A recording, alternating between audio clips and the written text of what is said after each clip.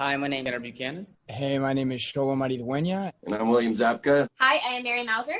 Hi, I'm Jacob Bertrand. I'm Peyton List. Hi, I'm Ralph Macchio, and we are the cast of Netflix's Cobra Kai with BuzzFeed to answer all of your burning questions, and obviously that means there may be some spoilers. I love triangle between Sam, Miguel, and Robbie. What can you tease about their relationships in season 3? Drama in the best way possible, in my opinion. That's what I want to watch. When I'm watching a show, I love most of all the butting heads and the not making it work, even more than when it's actually working. I will say that no matter what team you're on, I think you get a moment. But I also don't want to spoil anything too major. Teen relationships, everything's complicated. Probably all over the place, just like real life relationships. I mean, you never know which way it's going to go. Perfect tease. We've had some good times, some bad times, but in season 3, I hope to only, further develop those relationships, whether that be with Sam, in a relationship or just as friends or enemies. Or as Miguel and Robbie. We may.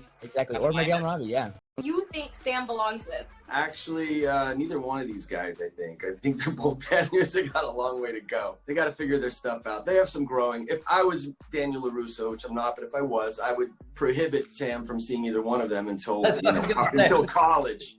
I was going to say, Sam belongs with her overprotective dad. That's exactly. Being monitored constantly. I love watching her in both of those relationships. I think in their best incarnation, I think she's good with either one of them. I think you're a good influence on both of the boys. So it's kind of hard. Like, I feel like Robbie needs your character. I feel like you're the rock for Robbie. But then also you and Miguel are so cute together. So Tori would be like, she deserves to be alone.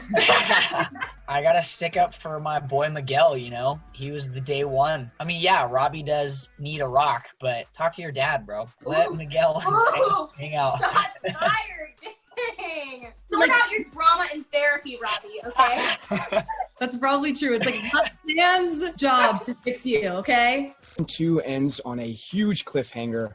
How early into season 3 will we find out if Miguel is still alive and if he'll be able to fight again? The short answer is we'll find out pretty early into the season whether or not Miguel is alive. And in terms of whether or not he's going to be able to fight again, I think that's a question that, we'll have to wait and find out. Robbie screwed up a lot in the season 2 finale by hurting Miguel, and as Tanner, I would say that I kind of hope that we find out pretty soon as well. Robbie needs a nemesis. That's why you want me to be okay. Yeah, I need to keep fighting. I think that Tori and Sam could be a dynamic duo if they became friends. What will next season have in store for them and their rivalry? I don't even know how to answer that one. I do agree. I actually think it could be a badass duo. They honestly should become friends. I would love for them to become friends at some point, but it's the same thing as that, I love the drama. Yeah, I think Tori and Sam have a long road to kinship. We love to see them at each other's throats, and yet we long for them to get along. They're different but same, and they have a long way to go for sure. I mean, this is Fresh Moon, so maybe 30 years they could be a dynamic. It took us that. At the end of season 2, Johnny and Daniel seem to appreciate each other a little more. Now that Kreese has taken over Cobra Kai, will we see Johnny team up with Daniel and Miyagi-Do? That is the burning question. I think there's always a chance that Johnny and Daniel could somehow find a way, but they can't get out of their own way and push themselves aside to see through the buttons that each other pushes. It's the joy of watching those characters in that way and the frustration. And now Daniel and Johnny have small armies behind them that are all clashing. So there's a lot in the way of the two of them, I think. Johnny find love in season 3. Tanner, you want to take that? I'm just kidding. I don't know if it'll be with my mom, but I'd be interested to see if that would be a path to take, just to see if you guys could get back into things. What were the toughest stunts you had to film for the show? It's interesting. I would have thought it was the big school fight in the season finale, but I think it might have been the initial fight because I had barely any time to prepare for that first fight. I was so nervous. Honestly, the end of season fight was the most difficult for me physically, just having to fight for all of those seconds straight and make it look somewhat convincing the entire time. And it's so funny watching it back. I cringe so hard. I'm like, everybody looks incredible. And then there's me like missing that hook, missing that. What am I throwing at when I'm doing that? At the moment though, I was so proud of myself when we got done with that thing. I was like, you know what? We did it. What about you? The one with you and Sholo in the woods. Oh, yeah.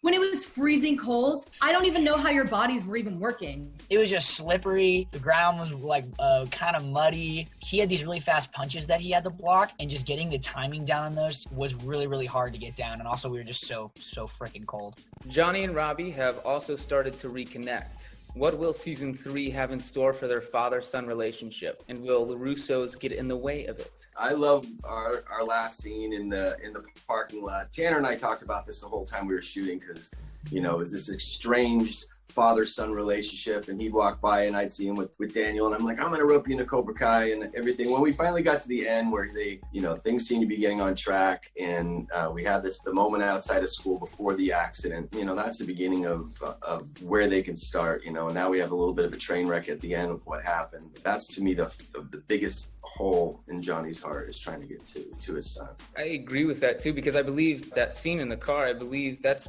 only how, like, the second or third time like I actually call you dad in the series. We've both kind of been down and out. I mean, I was mixed in with the wrong crowd, you know, Johnny's been off, you know, he was drinking and all kinds of stuff, but we both really tried to turn our lives around and make something out of ourselves. It's a fun journey, and it's also the reason why we care.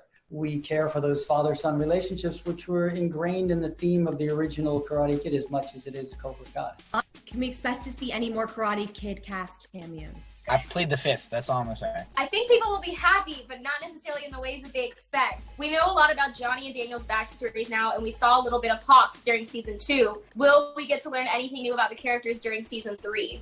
I know that for Sam, we do get some insight into her past and, you know, some questions that I had about her past. We get a little peek at that, which I was really, really appreciative of story-wise. I feel like when Tori reemerges into season 3, you do get to see some backstory. I learned a lot about the character too, which was really cool. Finally, are you yourselves team Cobra Kai or Miyagi-Do? I know everyone's answers. Mary, you are 10,000% Miyagi-Do. Yes. Peyton, you are Cobra Kai, as am I, yeah. Yeah!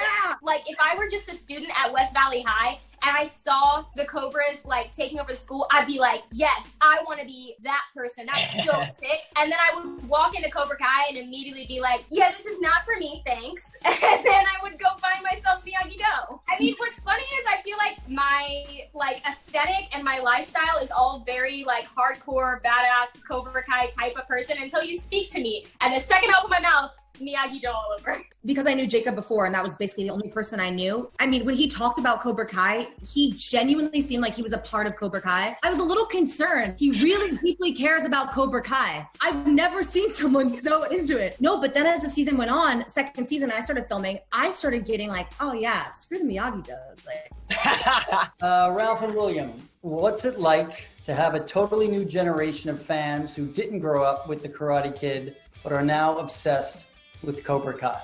That's some of the sweetest part of this all. The young generation is now backing itself into the original films, where they'll see the show, they'll get invested in the show, they'll get invested in these characters, and then they go back to watch the original movies. You know, what we initially did back in 1980, whatever it was, to see that, you know, reinvent itself with every generation.